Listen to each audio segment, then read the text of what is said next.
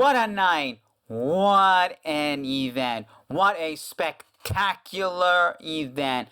Welcome back! It's your boy K-Dog here, and AEW All In has concluded, and oh boy, what a night we had at AEW's All In. All In, the big granddaddy of AEW. Well, was it a good show? Or was it not a good show? Well, let's go through and find out and discuss the 2025 AEW All In with the opening match, because we're going to go straight into the card, no 0 hours, straight into the trios titles. The Ops versus Death Riders and Gabe Kidd. Death Riders, Claudio Castagnoli and Wheeler Yuta, as Pac still injured, so Gabe Kidd is here, which, by the way, personally, I like Gabe Kidd, but in this instance, anyways, it was not bad of a match. It was good. It was a good opener. It was average, I will say, but it was good as an opener because it sets up the stories going into the main event, as we all know what the main event is, right? You know, I know, we all know. So this was a great starter, a great opener, right? I'm going to give this match a 3 stars. Everybody got their spots and everybody did what they did. The Ops retained, but sadly, one little thing that I didn't like. I mean, I didn't like it that the Death Riders got kind of upset and pissy about it, and they went after the Ops. They attacked them and then took out Samoa Joe. But one thing we do know is Samoa Joe was talking about Twisted Metal, so it kind of says, hey, Samoa Joe is going out on a storyline injury just so he can go film season 3 of Twisted Metal, because apparently Twisted Metal has got season 3, which, hey, shows the show is doing well. But anyways, that's the only thing where it's like, okay, fine, but I give this flat 3, but a good opener nonetheless. Now we go into the next match, which is the I don't even know, what was it? The Gauntlet Battle Royal, Casino Gauntlet Battle Royal. What? Usually this is at Double or Nothing, but this time it was randomly at All In. We already knew entrant number 1 was Mark Briscoe because he won the match, which, by the way, let me ask you this question. Doesn't matter what kind of match, whether it's a Gauntlet Battle Royal, whether it's a regular Battle Royal, Royal Rumble type match, or anything like an entrant type match, why would you want to be number 1? Like, if you remember 2 weeks ago on Dynamite, they had a winner gets to be the very first entrant. I'm like, I don't think you would want to be entrant number 1, correct? But Mark Briscoe was happy to be entrant number 1, so it's like, I was kind of confused. Wouldn't you want to be the last entrant? Like, does that not make sense? And I also get it with the whole Gauntlet Battle Royal, Casino Gauntlet Battle Royal match. I totally get it, where all the entrants will come in before somebody will get a pinfall. I get it, but wouldn't it be more believable if they had the match for last entrant? So you have like a fatal 4-way or a 6-man or an 8-man match, and the winner gets to be last entrant?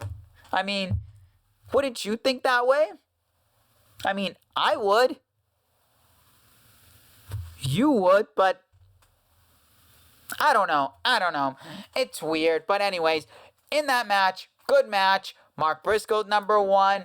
Mark Briscoe did a lot of stuff, in through the match. We get all the different members of the Fatal 4-Way. We had Takeshita come in, Ricochet, Roderick Strong, who else was there? Bandito, some random other names, and then Maxwell Jacob Friedman, MJF. Yes.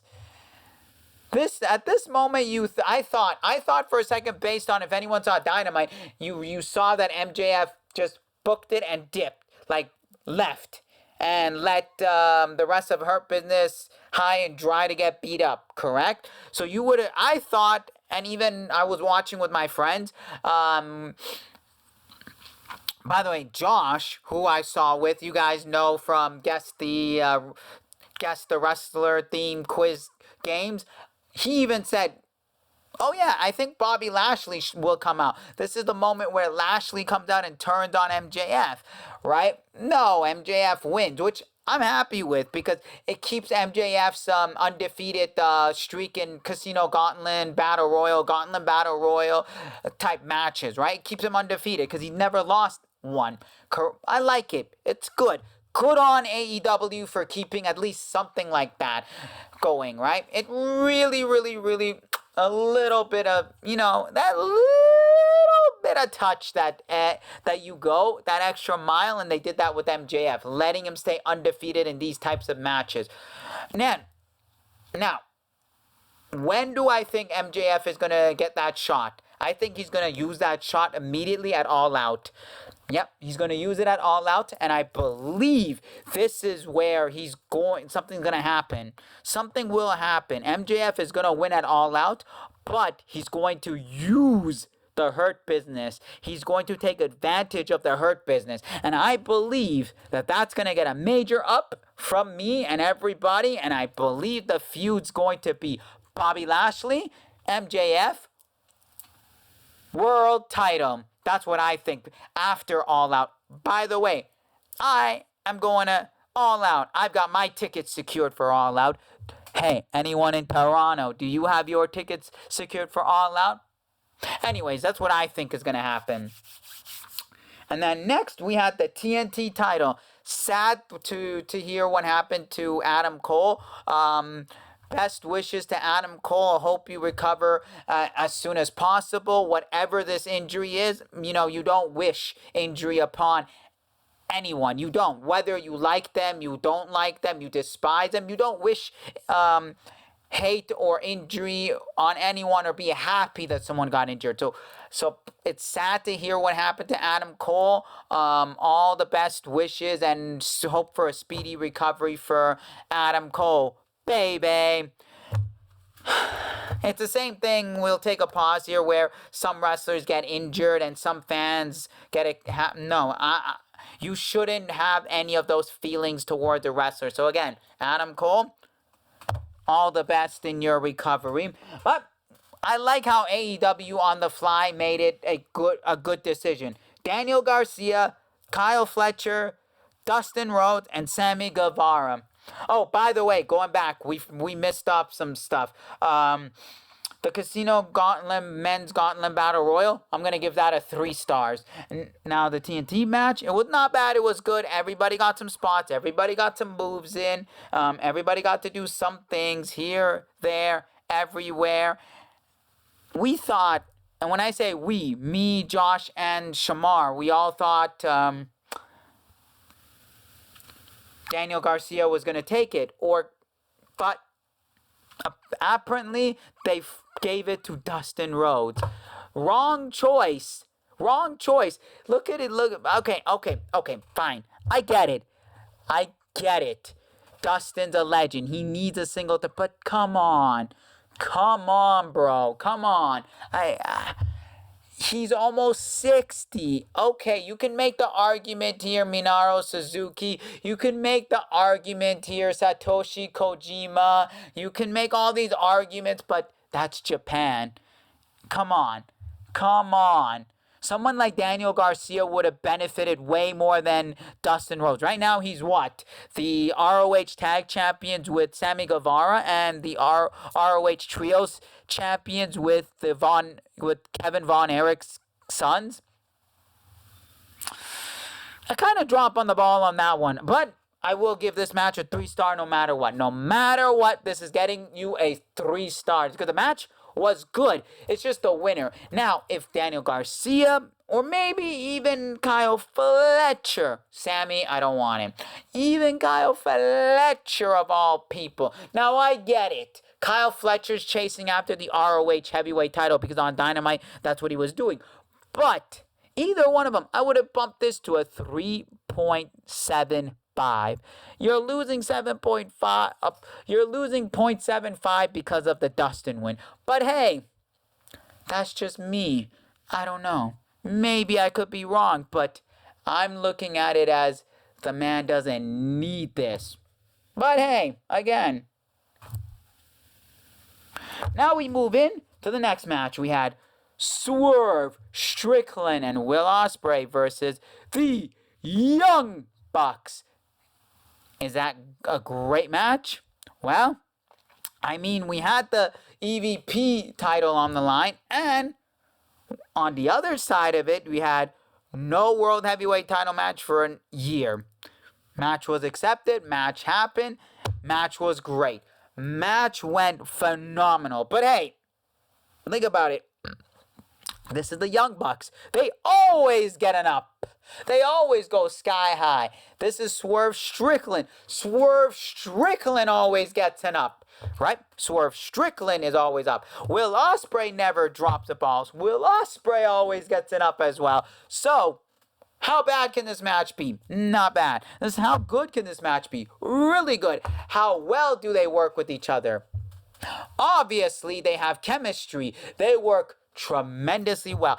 Everybody got their spots in. The only problem issue I had with this match is why in the blue hell is everybody kicking out of finish after finisher after finisher? To this point, there is no more finisher. Finishers mean nothing anymore in the world of wrestling. And I'm going to say right here, I'm going to say this right here. You heard it first. Will Ospreay was the first man to mainstream that whole, I can kick out of hundreds of finishers. You know, like Stevie Richards said, like Al Snow said, MVP. Who else is there I could throw? Many names. There are many other names that I've said. Do not say, oh, I want to kick out of the finisher. It makes me look strong. No, it does not. It makes that finisher look weak. It weakens the finish of it. The person's finisher is now weak going into the next match onwards. Make it look strong. There are moments where you can kick out where it means something. Not do it all the time. And then now you have Swerve doing the same thing. You have the Young Bucks doing the same thing. I love the Young Bucks. I love Will Ospreay. I love Swerve. But come on. This match was like how many finisher. That's the only issue I had there. Other than that, this match was amazing. Everyone had chemistry, you know, TK driver, and then Swerve and Will Ospreay do the TK driver. At a moment you thought, oh my god, they're gonna have a issue because hidden blade to Swerve on accident. Nope, they work together and I like their finish. If they're gonna stay as a tag team, I like their finish because it was a hidden blade and a house calm. You know what I want to call this finisher? I want to call the finisher House Blade. Or no, the Hidden Calm. That's what I like to call it. The Hidden Calm. That's a cool name for a finish. Come on. You got to agree with it. But this match is getting a 3.75 stars. See? Chemistry. They never fail to miss. Next, we had the women's gauntlet match. Wow.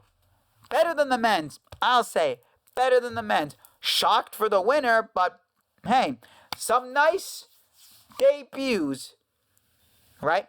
Some nicely nice debuts.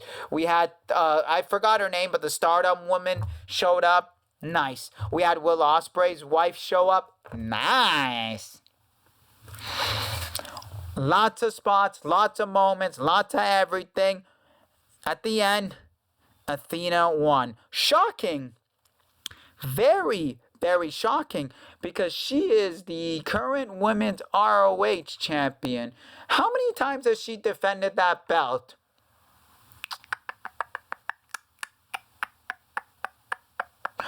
Exactly. She barely defends that belt. Probably less than Roman did it I mean, I'm not going to give any scrutiny, but come on. And also, the other side to it. We don't need more belt collectors. We don't. I'm getting sick and tired of the belt collector gimmicks. Kenny did it. Someone else did it. Someone else. It's kind of become meaningless and annoying. So I better hope to God that Athena doesn't win it. I hope. That's just me. That's just me and my hope. But I don't know. I could be wrong. But again, please no. But anyways, this match 3.5. Because my thought was Chris Statlander, who was number 1. I thought it was going to be either Chris Statlander or Willow Nightingale. Would have been a lot better, either one of those two, but they gave it to Athena. Oh well. Next, we had the AEW Tag Team titles. We had the champs, the Hurt Syndicate versus Jet Speed versus Patriarchy. Now, with Jet Speed, by the way, when they first teamed up together, they were just Speedball Mike Bailey and Kevin Knight. Me and Josh straight up said, are they going to be a permanent team? Because if so, I think they should be called Jet Speed. Following week, Jet Speed. Nostradamus here. Kidding. Jokes aside. Match was good. Very, very good tag match. The only issue I had no clue who the hell was legal and who wasn't. Was this a tornado tag match? Because at some point, it felt like a tornado tag match. At other points, there were wrestlers standing by the ringside, ring post. A little bit confusing, but still a good match. I'm not taking that away. MJF was out to ringside, which I feel like it's going to happen. It's gonna happen eventually with MJF. But anyways, everybody got their spots and everybody did their moves. I thought, even Josh and Shamar thought too, that Hurt Syndicate was gonna lose the belt, but they retained only to do this. By the way, they retained. Everybody did very well in that match. I'm giving this match a solid 3.5 stars. Real solid. That means it was good. But after the match, oh my God, we called it. Nick Wayne turns on Christian Cage. Thank you. Well, Nick Wayne doesn't need Christian Cage anymore. But oddly, he looked at FTR when that happened. So Nick Wayne joins FTR? Is he a top guy now? Actually, I wouldn't mind that at all. No, I wouldn't. But what I do like is when the concerto was ready to go, guess who returns? Adam Copeland. Oh my God, Adam Copeland. Yes, we're ready to see Adam Copeland and Christian Cage team up, reunite. Come on, please. But I don't like it. Okay, I like and don't like. I don't like that Edge kind of ruined the moment, like kind of turned the moment down a little by saying to Christian, find yourself. What they should have done was hugged it out. Everything was A-okay. Adam Copeland leaves. Then on Dynamite, he's like, before we do this, go find yourself. Then it would have kept the moment oh so pure and great. It kind of threw the moment off a little when he said go find yourself. But I'm not saying it was a bad thing. It's just they could have waited for Dynamite. That was just me. Anyways, next we had the AEW Women's title. For anyone who knows, my feeling on Mercedes Moné. We had Toni Storm champion versus Mercedes Moné. By the way, before I go continue anywhere on this, personally speaking, I am not a fan, not at all, not a fan of noir, film noir. Can't stand film noir. I get bored of film noir. Like here's an example here. So many people love Casablanca. Snooze fest. I'm sorry. One of the most popular film noir films. I just don't like film noir. I don't know why. There's just something about it. But Toni Storm's entrance, I loved it. I was wowzers for it. Wow. And I loved the fact that Luther dressed up as a noir detective. But I don't like noir films. But somehow I loved this. Mercedes? Go F yourself, Mercedes. Go away, you piece of crap. I don't. By the way, if you guys found out, Mercedes Moné, in her contract, she has full creative control. She can go suck a for all I give it. Go stop with this crap. Tony Khan needs to realize it. That look at all the BS that has happened in the history of professional wrestling when it comes to creative control. It never ends out well. But thank the gods. Thank God that piece of crap Mercedes Moné did not win. Thank God. And Toni Storm carried this match to a very good match. I'm giving this a 3.5. If it wasn't for Mercedes Moné, I would have given this match a 4.5. But thanks a lot, Mercedes Moné. You just cost this match 1 whole star, you piece of crap. I'm being serious. Because after I found out that she had pure, full creative control, and this is what she's doing, I can't stand it. I cannot stand it. Now I see what Britt Baker was saying. Now I understand Britt Baker 100%. I do. But I'm sorry, Britt Baker wants out of the company because nobody wants to listen to her. Well, this is what you're getting. Also, Saraya left the company. She said the only thing left was to face Mercedes Moné. But she's like, I don't even want to do that because I know what's going to happen. See what's happening to the division. Nobody respects Mercedes Moné because of what she's got. Tony, wake up. Realize what happened in WCW and TNA with all this stuff. And learn from that mistake. Anyways, moving into the next, we had AEW Unified Championship. Match number 4 in the series. We had the Cleaner, the Best Bout Machine, Kenny Omega versus the Rainmaker, Kazuchika Okada. What a great match. Not as good as their first 3. Not even as good as their first match, which I'm going to tell Dave Meltzer at least.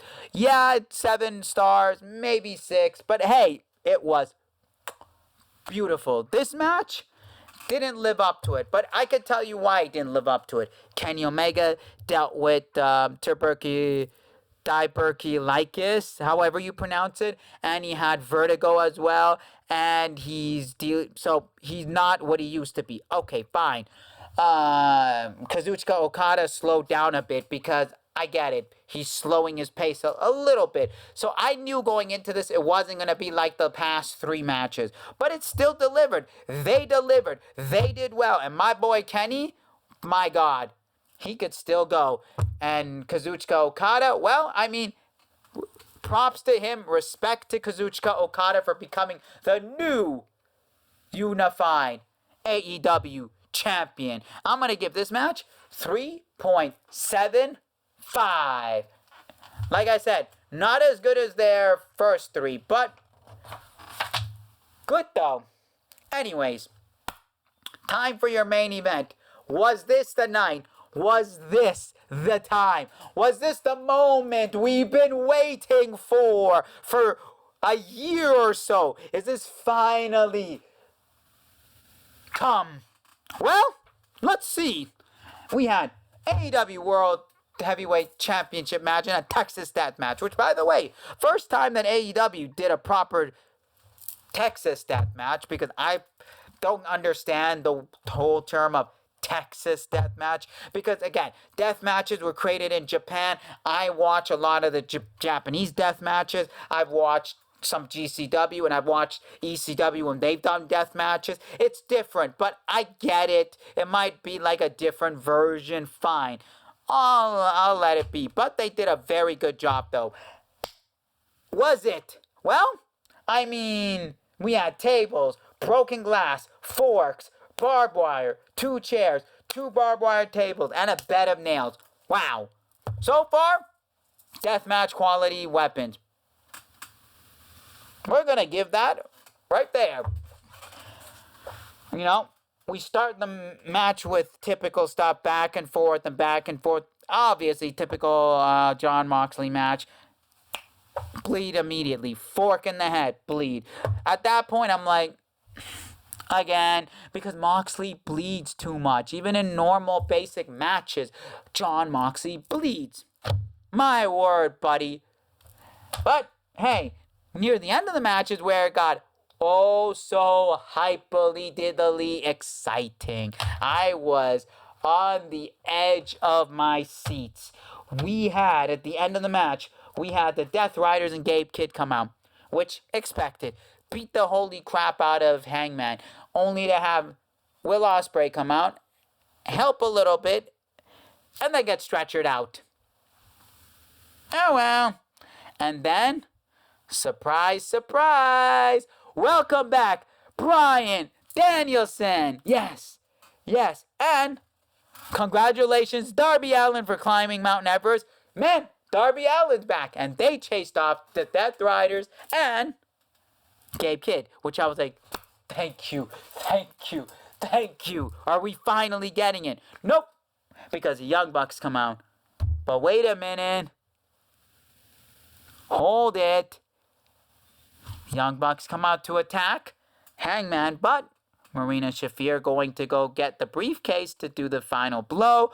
But oh no, Nana's here. Prince Nana came. And what did Nana do? Well, Nana locked up, which I loved it. I loved that moment, that she was going to grab the briefcase and gets hand locked to the ring bell table. And I was like, yes, please. And Swerve showed up, and I'm like, oh my God, yes, it's Swerve. Yes, hit the Young Bucks. Young Bucks may be my favorite tag team of all time, but I was so happy to see this. And then I was happy to see a buckshot lariat onto the bed of nails. But prior to all of that, we had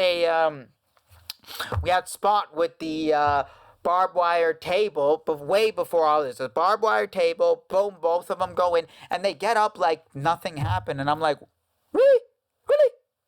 You're no selling the barbed wire table, Spot? Really? But hey, the bed of nails, we get a paradigm shift. No sold it. But we get a buckshot lariat. Moxley's down. Swerve looks at Hangman, and I'm like, oh my God, the respect that he got. Hands him the chain. I was smiling from ear to ear, which I am right now. Hangman wraps the chain, pulls the chain. Oh my God, this part was dangerous though. Usually when you see wrestlers do the chain spot, you'll see wrestler doing this, so at least it's not choking them. Moxley was legit being choked out because he didn't put his hand. He had his hand like this, and I was like, oh my God. He tapped out immediately. And thank you, finally. Finally, it's over. The reign of Death Riders are over. Thank God it's over. I was getting tired and annoyed of Jon Moxley and the Death Riders. Thank God somebody finally took that belt from him. And this was match of the night. I give this match a 4.25. And finally, new AEW Heavyweight Champion, Hangman Adam Page. And Tony, you cooked. Tony Khan cooked at this year's All In. This year's All In, I'm going to say, was better than last year's All In. I'm going to say that. I'm going to put my stamp on it. Anyways, what did you guys think of AEW All In 2025? Please comment down your thoughts in the comment section below. And hey, you guys like wrestling, you like video games, you like movies, this is the channel for you. Anyways, Guys, remember, smash that thumbs up button, share the video around, subscribe, helps everything. Please comment as much as you can, like as much as you can. Anyways, remember, as always, enjoy your life, keep on collecting. We'll see y'all for another video.